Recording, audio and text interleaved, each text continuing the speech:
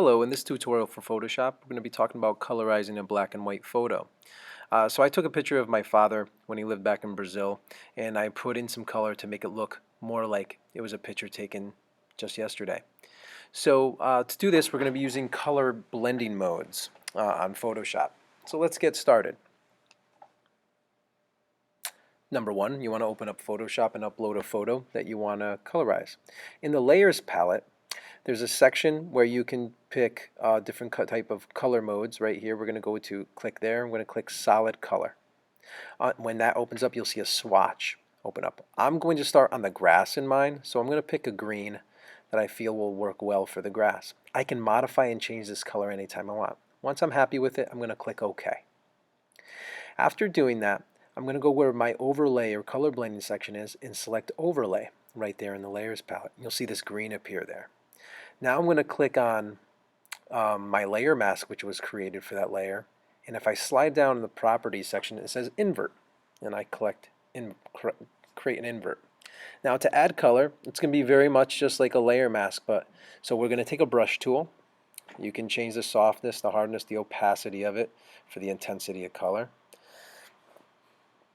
So if you want a soft brush, great. If you want a brush a little harder, just bring the percentage up, and that'll make it sharper edges.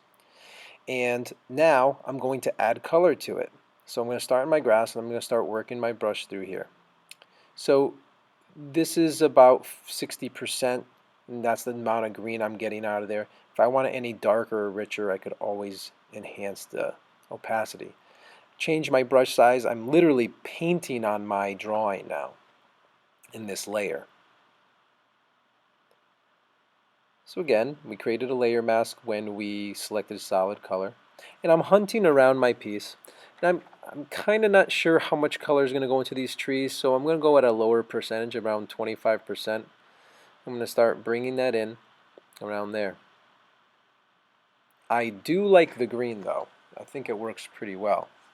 And I'll be able to use it as a good base color when I want to blend other colors into it.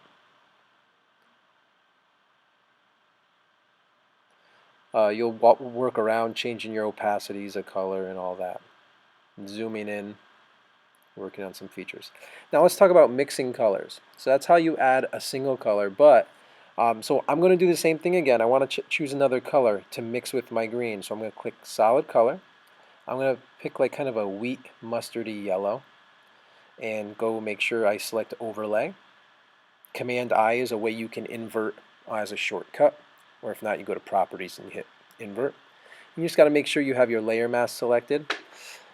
And now what I'm going to do is I'm going to start applying that in this sandy area, but I'm also going to apply some of the color at a lower percentage back into the green grass to give it a more natural, brighter look that grass has. Because just the green alone made it look a little fake. So I'm going to dust this color over the areas I worked in green, bringing a little bit more yellow tinge. I also see that I have some, you see the tree through the glass of the car, so I'm going to bring in a little layer of that tan, a little layer of that green, and I can switch between my layers now, add green when I need to, add the tan. The next thing I'm going to do is I'm going to work my sky in. So again, picking another color, doing the same rules I followed to make the green layer mask and the tan one, and I'm going to work in some sky, just a little bit of a light blue. The cool thing is and I'm going to put blue to get some reflections on the metal, because the sky would reflect on the metal, so if you have something metallic, it reflects things around it. Again, this process is just going to continue and continue. So I'm creating a brownish type color. I'm going to invert the layer mask, and I'm going to apply that on this side of this building here. I feel like, you know, I remember down in Brazil, some of the building facades being kind of a pale tan, like a concrete look. So I'm going to bring that in, bring in a little bit maybe on the person there. There's a person on the back right of the photo. Now I'm going to utilize some reference photos for some color aid. For example, my dad, I want to get the right color for his skin. Since I don't have a picture of him, I'm going to find another Portuguese person, Ronaldo, and I'm going to use the eyedropper tool here and that'll match the color. I'll do a solid color fill, and it has that matched color from Ronaldo's face already in it. Do the same thing, overlay, and now I can go paint my dad's face in with a skin tone that's, I believe, pretty on point with his. So it's good to have some resource photos of something that is like what you're going to be coloring to help you match colors when you're not sure how to create them. So that already gives a lot of life into that picture. There's a little person back there. I'm going to add a little color on their arms and their head. Right there too. Just a little bit of color just to give that flesh tone. And I noticed that my dad's hand is on the steering wheel here.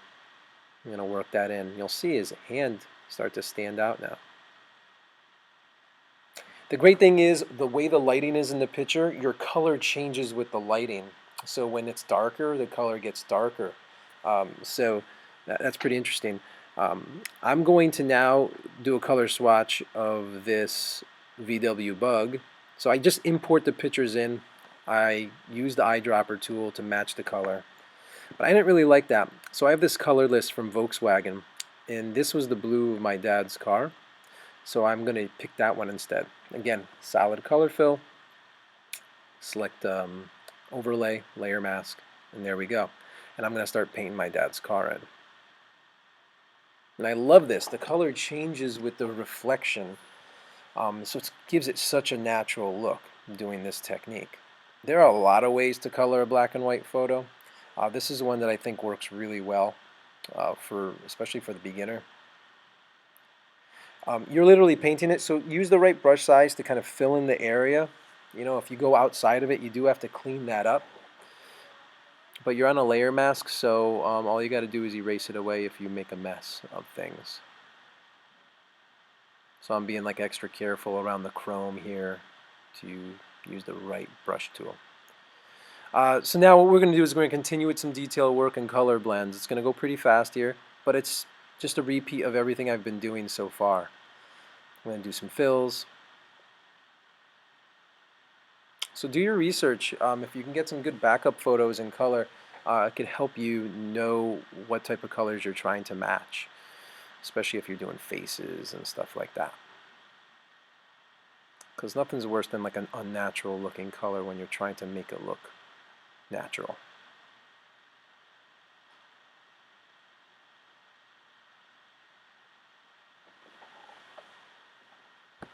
Just constantly evaluate your work, see if I'm going to look at my, I think the interior is kind of tannish, so I'm going to use a tan I already created before.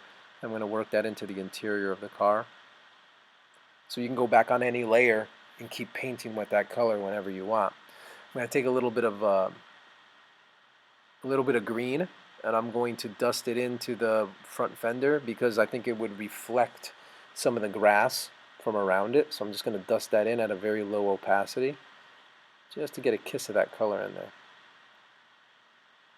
Also some of the other colors like the dirt, I'm going to put some of that color in there, the way metal bends light. If you're not sure, take a look at, I could take a look at a picture of another car and see how it's like reflecting light if it was sitting on grass. That would be helpful. Touching up, cleaning it up, taking a look, see if I need to add another layer of color. This Volkswagen Bug has these blinker lights right here, and they're kind of like a turquoise color. So again, I'm going to match that color up right there. I have to import the picture on as a layer, but then I can just get rid of it or shut it off. That looks kind of cool. All right. Overlay. And now I can go in with the brush tool, match that up.